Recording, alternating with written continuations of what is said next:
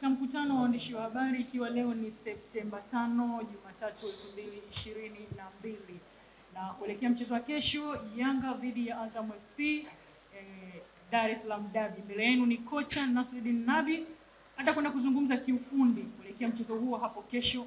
Karibu kocha. Karibu, asante. Donc c'est un derby de Dar es Salaam, derby qui a une histoire, derby qui a du présent et de l'avenir. Donc c'est toujours aussi une chance et un honneur et une joie d'avoir la chance de pouvoir jouer ces genres de derby. Nous savons que Azam, machallah, cette année est une équipe extrêmement solide, intéressante, même un prétendant au titre pour moi aussi. Donc ça va être un solide derby qui n'a rien à voir peut-être avec les 2 années précédentes. Mchezo wa kesho ni mchezo wa dabi ambao utakuwa na ufundi mkubwa. Kwanza anashukuru Mungu kwa kuwa mmojawapo ambao wameshiriki katika dabi la Dar es Salaam kama ya Azam, sababu Azam ana timu nzuri ambayo inajengeka na pia ambayo iko kwenye mbio ya kugombania ubingwa. Sio kama Azamu ya miaka miwili iliyopita. Ni Azamu ambao ni timu ambayo ni nzuri, na mchezo wa kesho utakuwa mchezo mzuri sana sababu wote wamejipanga. Karibuni kwa maswali. Karibu.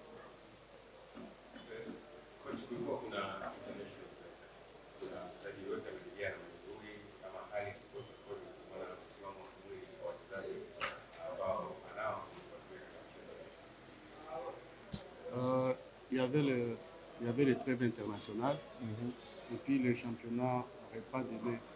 Est-ce qu'il y a les joueurs qui ont des problèmes de santé ou des problèmes de blessures, ou il n'y en a pas? Par rapport aux joueurs de l'équipe nationale? Par rapport à tous les joueurs, parce qu'il y avait les trêves. Et est-ce qu'il a posé une question par rapport aux joueurs de l'équipe nationale? Non, lui a posé tout ça. Qui sont les joueurs aptes à jouer ou pas? Donc, je pense que pour le joueur, la santé des joueurs, donc je pense que on a un petit souci avec Jouma qui a eu il y a quelques jours un problème de malaria. Bon, il a repris hier, on va voir s'il est en forme.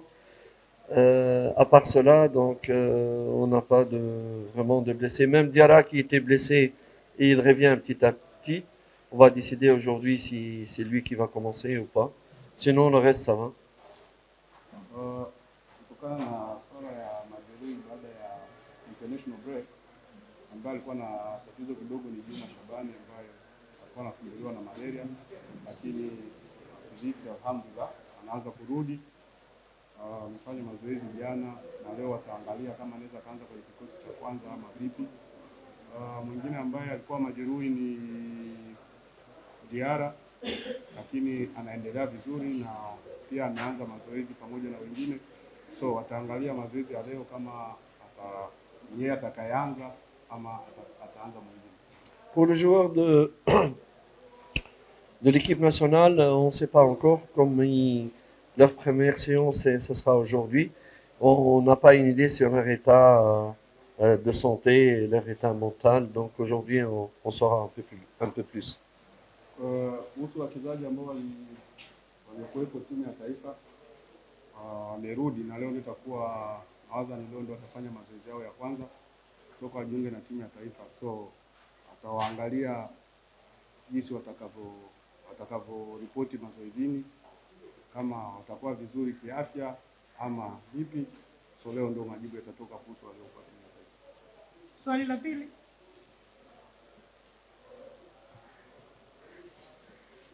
Fresh.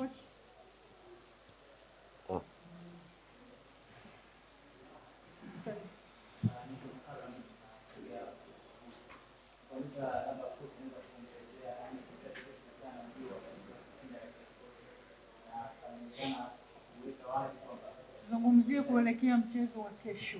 Mzee mwalimu, tuulize maswali kuelekea mchezo wa kesho. Swali lingine? Qu'est-ce qu'il dit?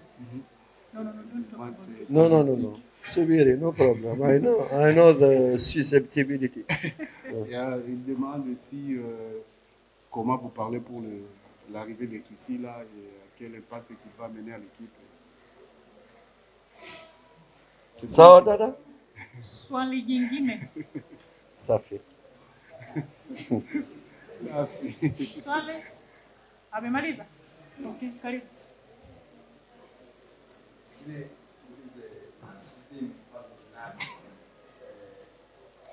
Kesho anakwenda kucheza mchezo wake wa kwanza kwa nyumbani na baada ya kuja Tanzania na kuja Tanzania.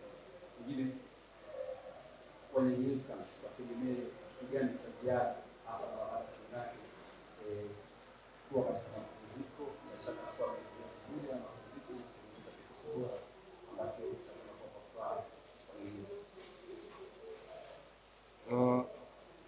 Il demande que demain tu vas jouer le derby ici à Dar es Salaam devant tes supporters après avoir joué 2 matchs en dehors de Dar es Salaam. Et puis l'équipe a eu le temps de se reposer pendant les trêves internationales.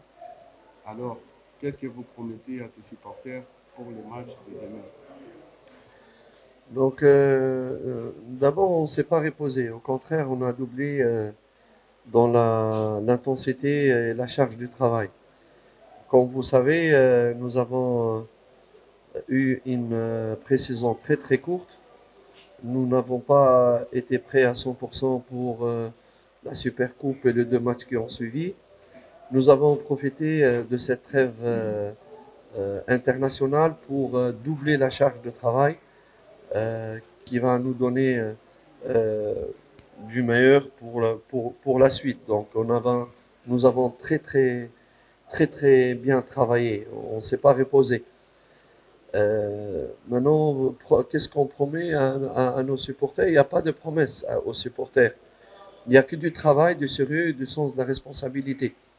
Et après, automatiquement, le reste viendrait, bien évidemment.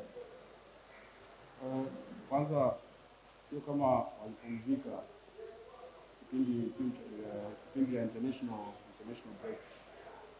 Ilikuwa ni kipindi ambao wamefanya kazi ya ziada, sababu kwanza ni season ilikuwa fupi, na kabla ya kucheza mechi ya ngao ya hisani na hizo mechi mbili za ligi, muda ulikuwa mfupi.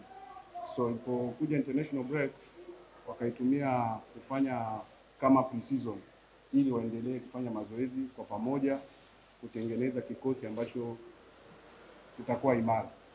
Na kuhusu mashabiki, ahadi ambao wanaweza kawaidi ni kusema wanaendelea kufanya kazi kwa bidii ili kutengeneza kikosi ambacho kitaleta matokeo mazuri mbeleni. Swali la mwisho? Yes.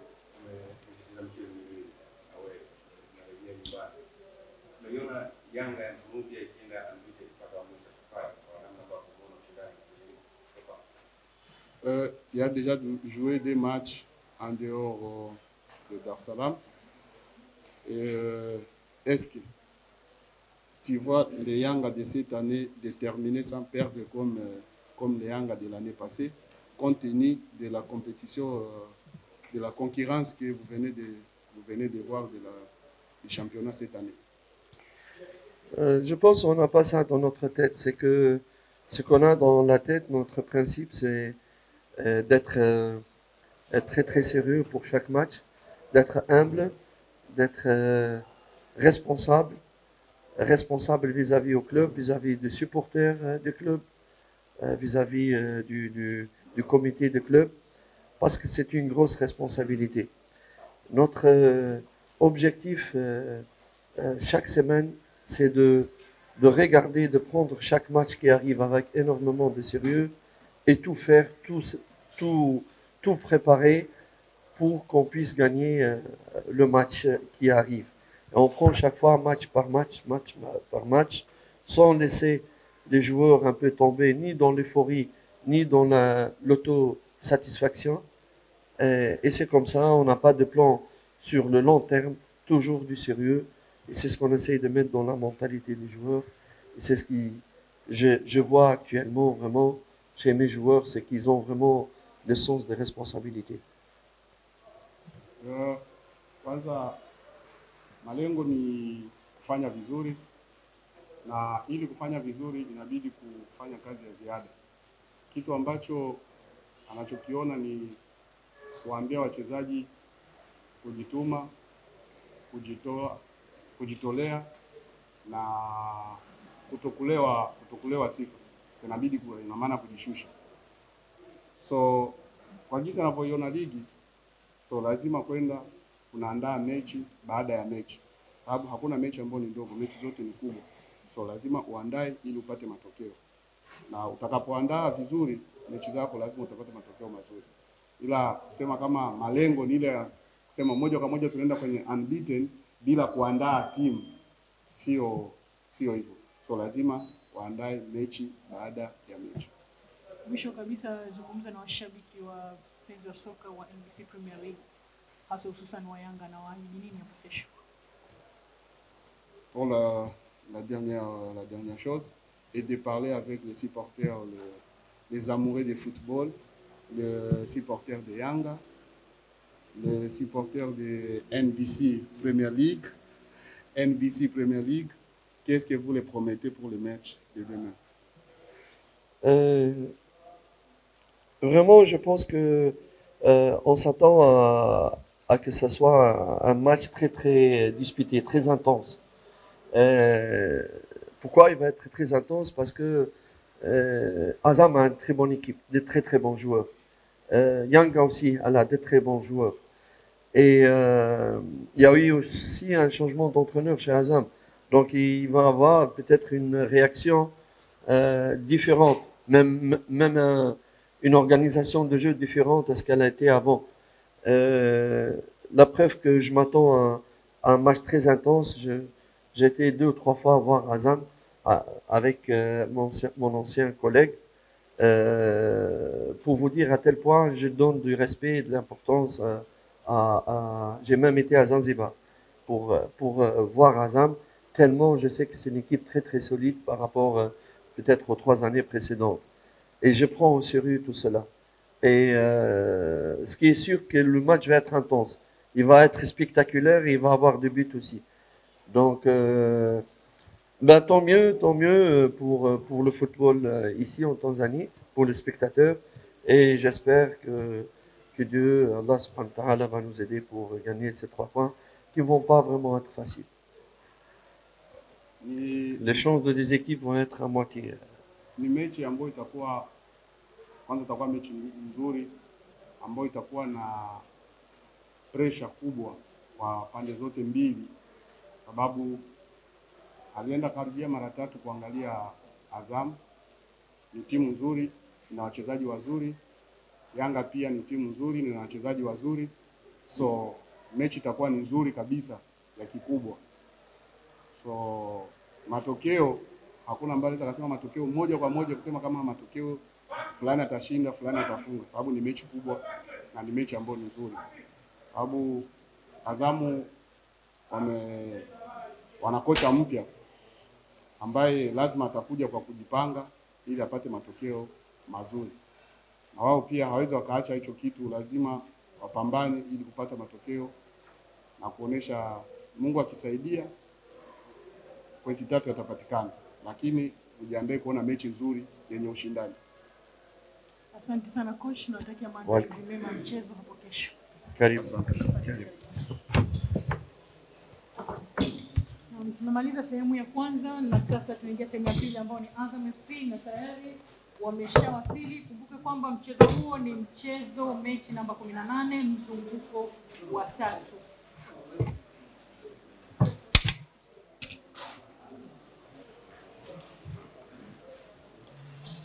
Coach. Karibu coach. Asante. Na mbele yenu ni kocha, ni mwalimu msaidizi Kaliongala pamoja na mchezaji Lusajo Mwaikenda. Karibuni. Mwalimu, wanahabari wako tayari kusikiliza yale ambayo mmejipanga kuelekea mchezo wa kesho dhidi ya Yanga Usia. Karibu. Asanteni. Kwanza tunaelewa ukubwa wa mechi. Kwa hizi past miaka miwili mitatu tunajua Yanga alikuwa bora zaidi, lakini sisi tunajaribu kuupset ile mwenendo wao. Kwa hiyo tumejipanga vizuri. Tuna majeruhi watatu tu, lakini morale ya timu na matukio yote yalotokea hivi karibuni naona morale iko juu. We are ready kupambana kesho. Karibuni, kuna swali?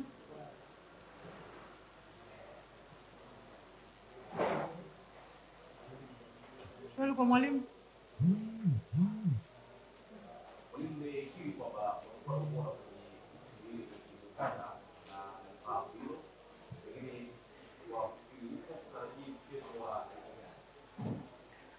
Tutarajie mchezo wa kupambana zaidi. Nadhani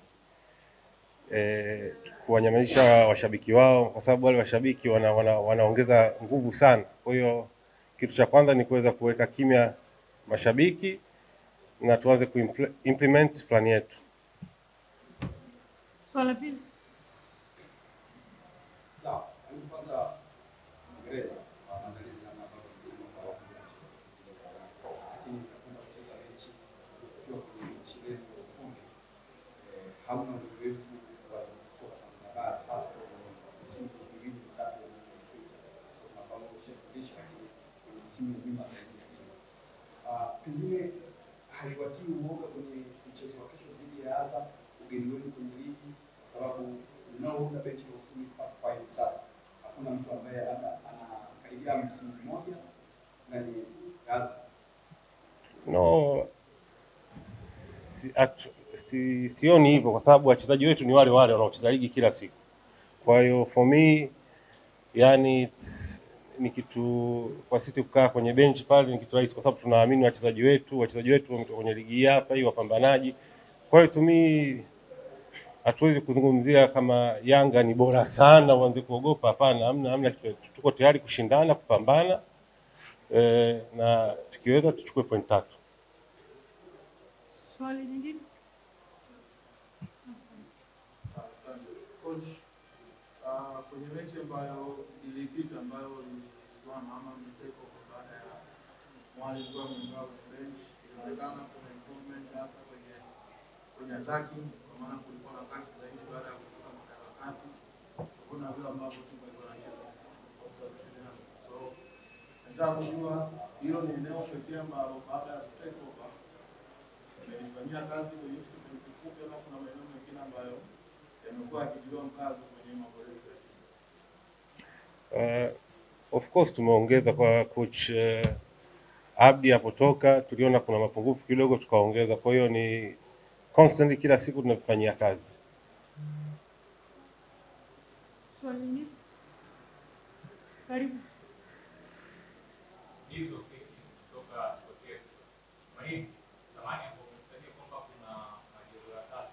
Nilikuwa napenda kujua kama unaweza kutajia mwalimu wao. Alafu swali langu mimi, mechi ya kwanza kushinda, mechi ya pili kwa sare. Tutarajie nini kwenye mechi ijayo kwa namna hao tunavyoona? Wachezaji walioumia nadhani ni Kola, Mwiguna na Akada. Hao ndio watatu. Na sisi tunataka cha kwanza lazima tuweze kupambana nao. Tukisha kuweza kupambana nao chochote kinaweza kutokea. Of course tuko kwenye ligi, Yanga timu kubwa, Azam timu kubwa vile vile.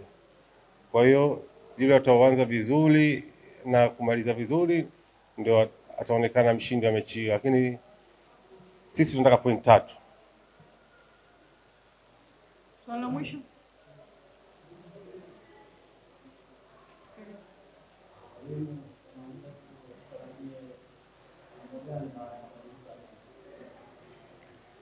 Tarajia kuona timu inaopambana, win every tackle, win every header, win every situation uwanjani. Nadhani tukifanya hivyo tutaweza kuibuka na point 3. Asante.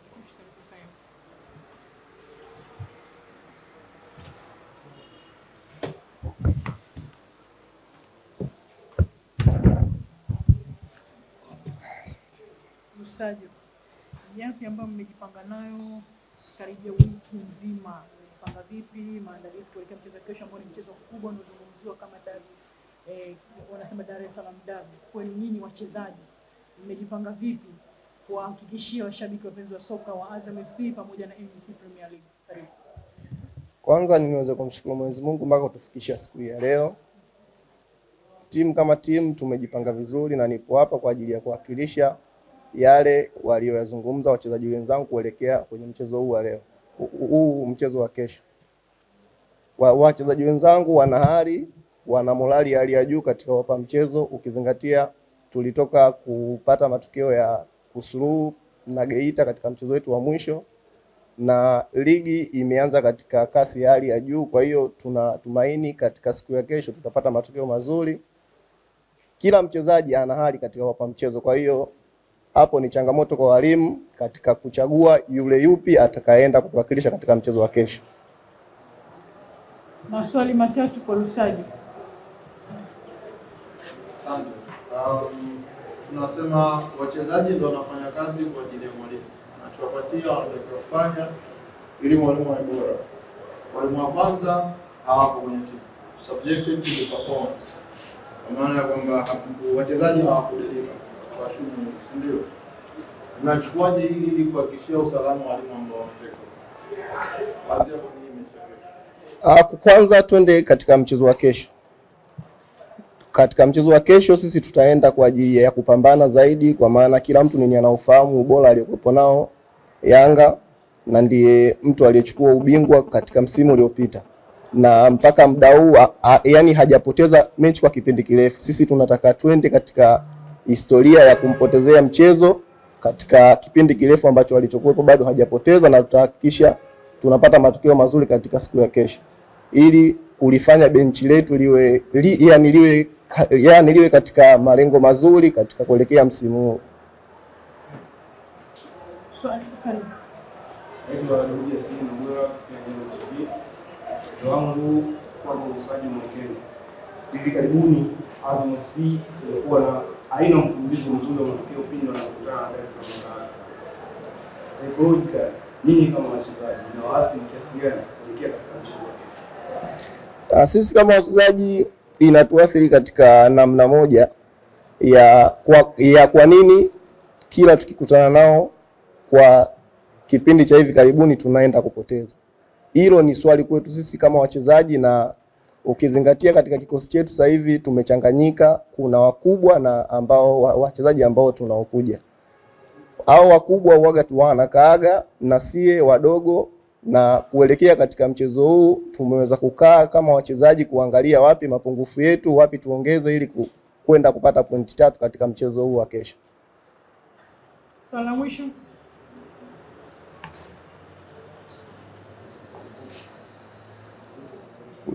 Karibu. Hizo piti kutoka Tokyo. Swali langu mimi kwako naomba kwamba kumbukumbu zinaonyesha kwamba mchezaji wa mwisho kuifunga Yanga alikuwa anatoka Azam ama anaitwa wakati tunazungumza na jambo lolote ambalo aisha kuambia kuhusu mchezo wa kesho, maana tumeeleka zaidi siku 360 tangu Yanga ubora aliyokuwa nao Prince, kila Mtanzania aliyemwangalia kipindi akicheza, kila mtu nini anaufahamu kwamba ni mchezaji mzuri, na ninaamini kama kesho atapata nafasi basi naamini ataonyesha mchezo mzuri. Hata asipofunga Prince basi naamini mchezaji yote nini anaweza kufunga. Tuna wachezaji wengi wenye uwezo mkubwa wanaocheza position hizo, basi ni kitu kama hicho.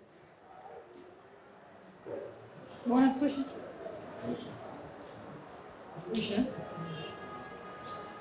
Asante sana mwalimu pamoja na usaji, na natakia maandalizi mema mchezo. Shukrani sana. Na tumefikia tamati ya mkutano wetu wa waandishi wa habari hapa leo. Kumbuka kwamba mchezo huo utachezwa hapo kesho katika uwanja wa Benjamin Mkapa, ikiwa ni mchezo mechi nambari 18 mzunguko wa 3. Jina langu ni Salma Seif na watakia mchana mwema.